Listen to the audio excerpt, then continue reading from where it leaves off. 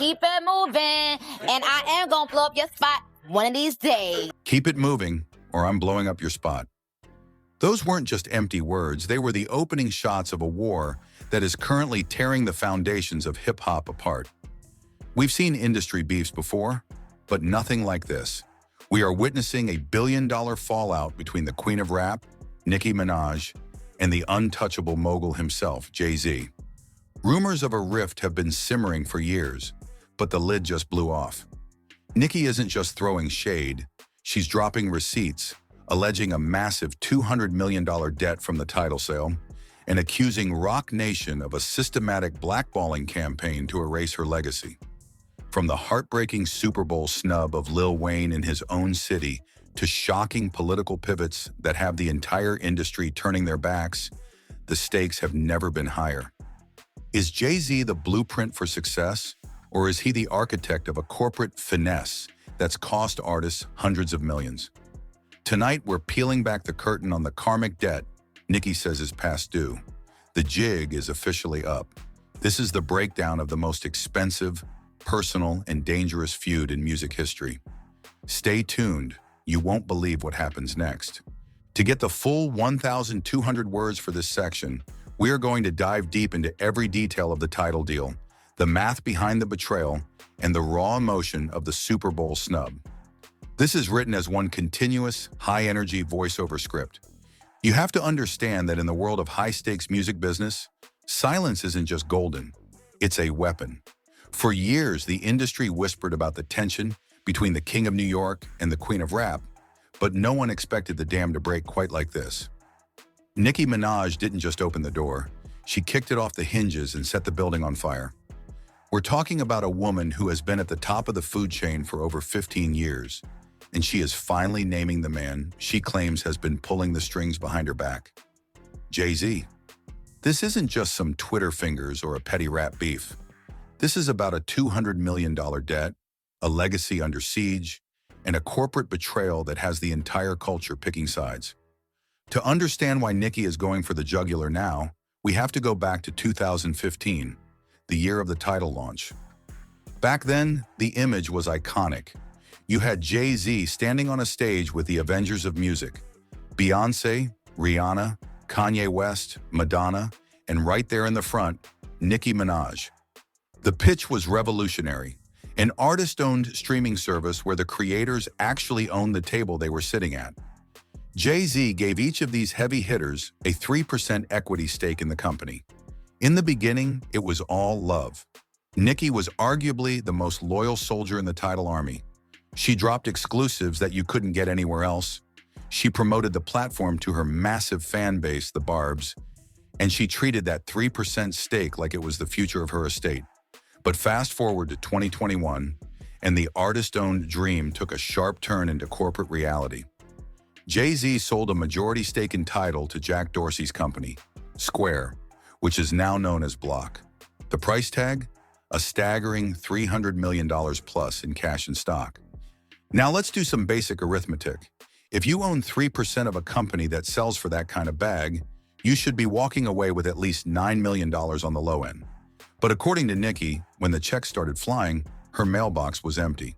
She claims that instead of her rightful equity payout, she was approached with a $1 million offer, basically a shut-up-and-go-away check.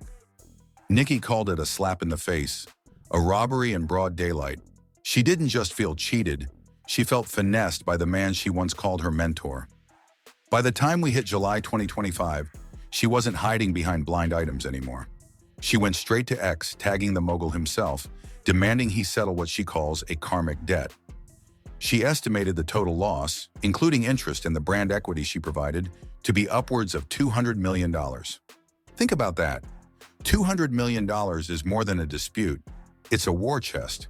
But as the money dispute was simmering, a new front opened in this war, the 2025 Super Bowl. Every hip-hop head knows that when the NFL announced the Super Bowl was heading to New Orleans, there was only one name on everyone's lips: Lil Wayne. Weezy is the heartbeat of New Orleans. He is the reason a whole generation of rappers even exists. It felt like a foregone conclusion that the greatest of all time would take that stage in his own backyard. But then, the news dropped. Kendrick Lamar was the headliner. Now, Kendrick is a legend, no doubt, but the streets knew who really made that call. Jay-Z and Roc Nation oversee the Super Bowl halftime show. When Wayne's name wasn't called, Nicki Minaj went nuclear. She saw it as a direct hit, not just on Wayne, but on the entire Young Money family. She accused Jay-Z of letting his personal ego and his long-standing grudges against Birdman and Drake get in the way of doing what was right for the culture. She posted a tirade that shook the industry, pointing out the hypocrisy of the situation. She even brought up Eminem, reminding everyone that Slim Shady refused to do the Super Bowl unless he could bring 50 Cent out with him. She was asking the world, why does a white artist show more loyalty to his brothers than Jay-Z shows to the very legends who built this house with him? This was the moment the beef transitioned from a business disagreement into a moral crusade. Nicki wasn't just fighting for her coins anymore. She was fighting for the respect of her mentor, Lil Wayne, and calling out what she saw as a godfather complex within Roc Nation. And then there's the blackballing of it all. This is the part that really gets under Nicki's skin. She began detailing a systematic campaign by Roc Nation to erase her from the history books. She started naming names, specifically focusing on Roc Nation CEO Desiree Perez. Nicki didn't hold back, calling her Deseret, and alleging that the company was using every corporate tool at its disposal to suppress her. We're talking about bot armies used to tank her social media engagement, backroom deals to manipulate the Billboard charts, and even the sabotage of her long-awaited documentary. Nicki's claim is that Roc Nation wants her broken begging, trying to stall her project so she has no choice but to come crawling back for help. She's painting a picture of an industry that is controlled by one man's whim. If you're in Jay-Z's good graces, you get the Super Bowl, the Grammys, and the glowing press. If you're not, if you dare to ask where your $200 million is, you get the cold shoulder and a blackout campaign. The craziest part? Through all of this, the tweets, the receipts, the public screaming, Jay-Z has said absolutely nothing. He's maintained a total radio silence that some call boss moves and others call guilty silence. Nicki Minaj is screaming from the mountaintops that the jig is up, and she's framing this as a battle for the soul of hip-hop. She isn't just an artist anymore. She's a whistleblower. She's telling the world that the blueprint might actually be a trap, and she's willing to burn down her own career just to make sure the truth gets out. Every move she's made since has been calculated to dismantle the image of Jay-Z as the benevolent leader of the culture. She's digging into the past, reminding everyone of the time she killed him on his own track, Monster, and suggesting that his resentment of her talent started all the way back in 2009. She's claiming that because she chose loyalty to Lil Wayne over signing a deal with Roc Nation back in the day, Jay-Z has been waiting for the perfect moment to make her pay. This is a 15-year chess match that has finally turned into a street fight, and as we move into 2026, the stakes are only getting higher. The money, the Super Bowl, the blackballing, it was all just a warm-up for the absolute chaos that was about to go down at the Grammys. Nicki is no longer playing by the industry's rules, and she's making sure that if she goes down, she's taking the whole empire with her. This is the fallout of a billion-dollar betrayal, and according to Nicki Minaj, the interest on that debt's only getting higher every single day. If you thought the $200 million Tidal lawsuit and the Super Bowl snub were the peak of this drama, you better strap in, because what went down in 2026 took this feud into an entirely different stratosphere. We are talking about a full-blown cultural earthquake that shifted the ground under the entire music industry. By February 2026, Nicki Minaj wasn't just an artist anymore. She had become a political lightning rod, and the 68th Annual Grammy Awards became the battlefield where she decided to burn every bridge left standing. The night of February 1st, 2026, started like any other glitzy Hollywood event at the Crypto.com Arena in Los Angeles. The stars were out, the cameras were rolling, and host Trevor Noah was doing his usual opening monologue. But even though Nicki Minaj wasn't in the building, she wasn't nominated, she wasn't performing. She was the only person anyone was talking about. During his set, Trevor Noah took a calculated shot that set the internet on fire. He looked out at the audience and said, "Nicki Minaj is not here. she is still at the White House with Donald Trump discussing very important issues. The crowd erupted in laughter, and the cameras caught people like Chrissy Teigen and John Legend practically falling out of their seats.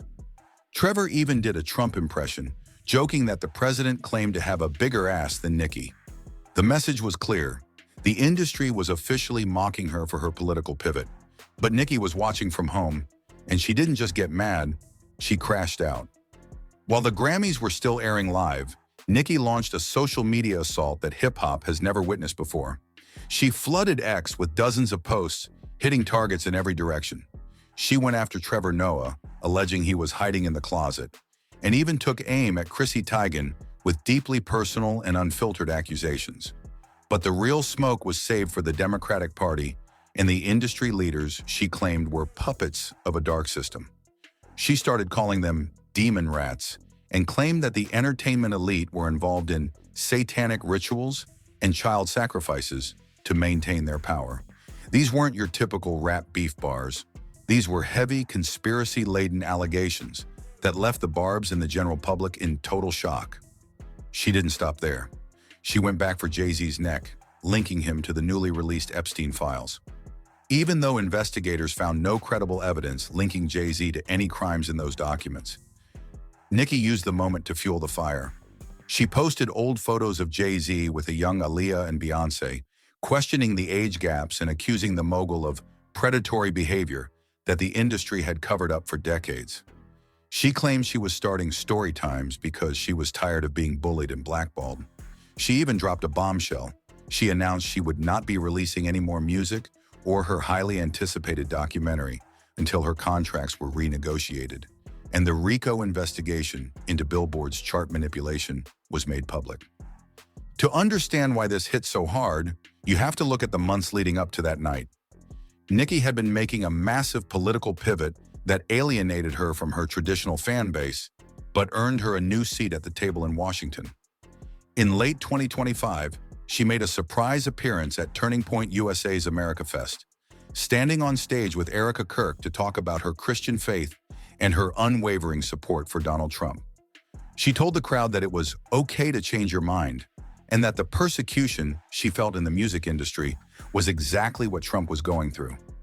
Then in January 2026, just days before the Grammys, she appeared at the Treasury Department with Trump himself to launch Trump Accounts, a new child investment program.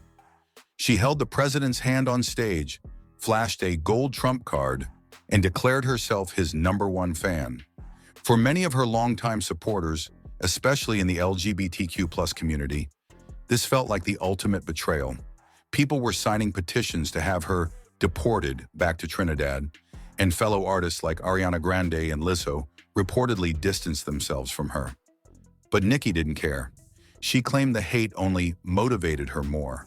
She framed herself as a whistleblower who was finally free from the satanic cult of the music industry. She was telling the world that Jay-Z and Roc Nation weren't just business rivals. They were the gatekeepers of a corrupt system that she was determined to tear down. This wasn't a meltdown in her eyes, it was a revolution. She accused Roc Nation of using bot armies to suppress her and claimed they were sabotaging her career because she knew too much. DJ academics even pointed out the strange silence from Jay-Z's camp. Usually, Roc Nation is quick to sue anyone who speaks on them, but with Nicki, they've stayed completely quiet. Is it because they're taking the high road, or is it because they're afraid of what she might drop in a courtroom discovery? As the 2026 Grammys came to a close, one thing was certain.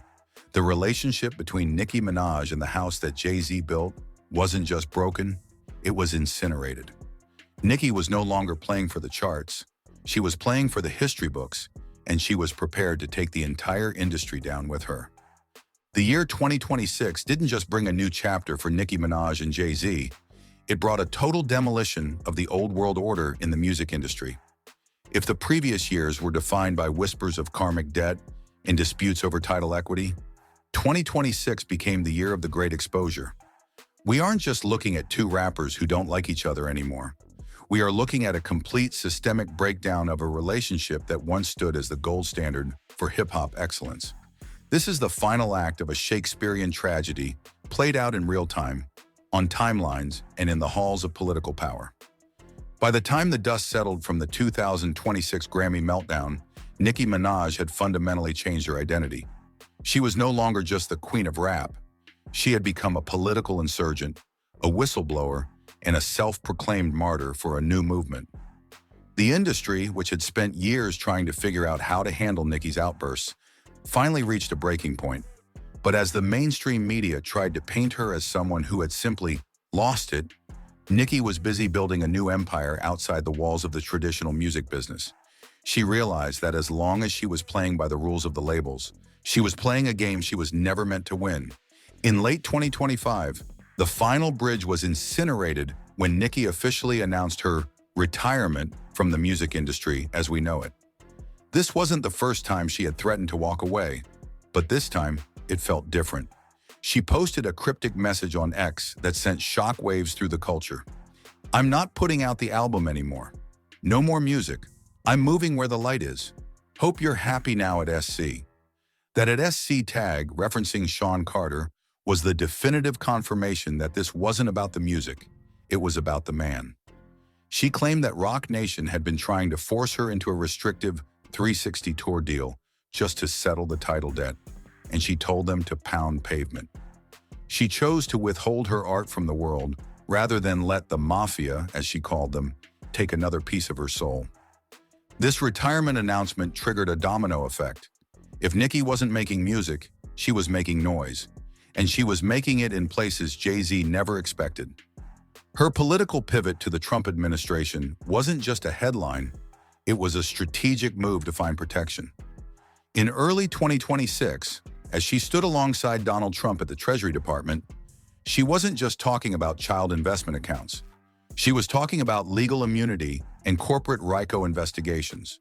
She began hinting that she was cooperating with federal authorities to expose the inner workings of how streaming numbers are manipulated and how certain artists are manufactured, while others are suppressed.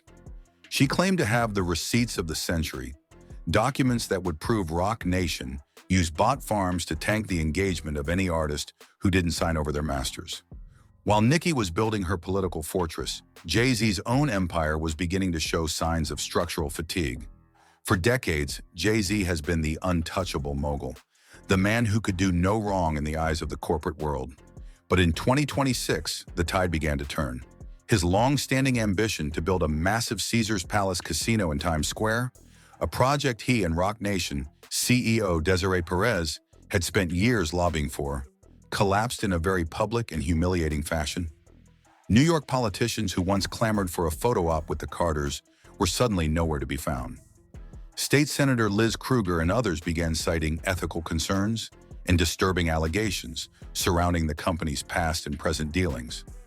Nicki Minaj, ever the opportunist, took to her timeline to mock the failure, calling it divine intervention and claiming that the fake gods of New York were finally being stripped of their power. The industry itself split down the middle. We saw a civil war among the artists. On one side, you had the establishment stars, the ones who still needed the Roc Nation Super Bowl slot or the Grammy nominations. They stayed quiet or, like host Trevor Noah, used their platforms to mock Nicki. But on the other side, a growing group of outcasts began to rally behind the queen. Legends who had been in the game for decades, people like Master P and Suge Knight, speaking through intermediaries, began to validate her claims. They spoke about the pay-to-play nature of the new streaming era and how the mogul image was often a front for a more predatory system. Even DJ Academics, who has had a rocky relationship with Nicki, admitted that the silence from Jay-Z's camp was eerie. He pointed out that Roc Nation is notoriously litigious. They sue bloggers for even suggesting their artists aren't selling out shows. So why haven't they sued Nicki for accusing them of owing $200 million and practicing satanic rituals? That question became the elephant in the room that no one could ignore. The darkest turn in this saga came when Nicki began discussing the blood sacrifices and industry rituals. To the mainstream public, this sounded like a complete departure from reality, but to her core fan base, it was seen as the ultimate truth-telling. She began linking the Carters to the newly unsealed Epstein and Diddy documents, despite no legal evidence ever being presented to link them to any crimes. She was using the court of public opinion to bypass the legal system, knowing that in the age of viral clips, an accusation is often just as powerful as a conviction. She brought up Aaliyah, she brought up the Monsterverse, and she brought up every slight she had felt over the last 15 years. She framed her entire career as a battle against a vampiric system that tried to drain her of her talent and her money. By the summer of 2026, the situation reached a stalemate. Nicki Minaj had successfully detached herself from the music industry, moving into a world of political advocacy and independent media. She launched her own Truth series, where she promised to break down the finesse of the Tidal sale in a multi-part documentary that she owned 100%. She announced she would only return to music if the entire Billboard and Rock Nation apparatus was dismantled. Meanwhile, Jay-Z has remained a ghost. He hasn't released a statement, hasn't posted a picture, and hasn't dropped a verse. This silence is being interpreted in two ways. His supporters say he is above the fray, maintaining his dignity while a former colleague has a public breakdown. But his detractors, and Nicki is leading the charge, say his silence is the sound of a man who knows his jig is up and is trying to hide in the shadows until the storm passes. What we are witnessing is the end of the golden era of artist-mogul relationships. The dream that Jay-Z sold in 2015, that artists could own the means of production and all get rich together, has died a violent death in the hands of Nicki Minaj. She has exposed the reality that even in an artist-owned company, there is still a boss, and that boss is always going to look out for his own bottom line first. The $200 million dispute isn't just about money, it's about the broken promise of hip-hop. It's about the realization that the blueprint might have been a roadmap for one person's success at the expense of everyone else who helped build it. As we look toward the future, the damage seems irreversible. The 2026 Grammys will forever be remembered as the night the industry laughed while its most successful female artist burned the house down. The Super Bowl will forever be remembered as the night the godfather of the culture allegedly snubbed a legend for a personal grudge. And Nicki Minaj will be remembered as either the crazy woman who threw it all away or the only person brave enough to tell the truth about how the game is really played. Nicki has made it clear she is not done. She told her followers that the destruction that is about to come down on them isn't funny. She is waiting for the 2026 election, she is waiting for the court cases to settle, and she is waiting for the karmic interest to reach its peak. Jay-Z might be silent, but the world is listening to the noise Nicki is making. This isn't just a beef, it's the fallout of an empire. Whether you believe the receipts or believe the mogul, one thing is certain, hip-hop will never be the same after this. The line has been drawn in the sand, the bridges have been burned, and the karmic debt is finally calling. This is the final word on the most explosive, expensive, and dangerous feud in the history of the music business. From $200 million Tidal lawsuits to political pivots that shocked the world, we have seen it all unfold in 2026. But the real question remains, who do you believe?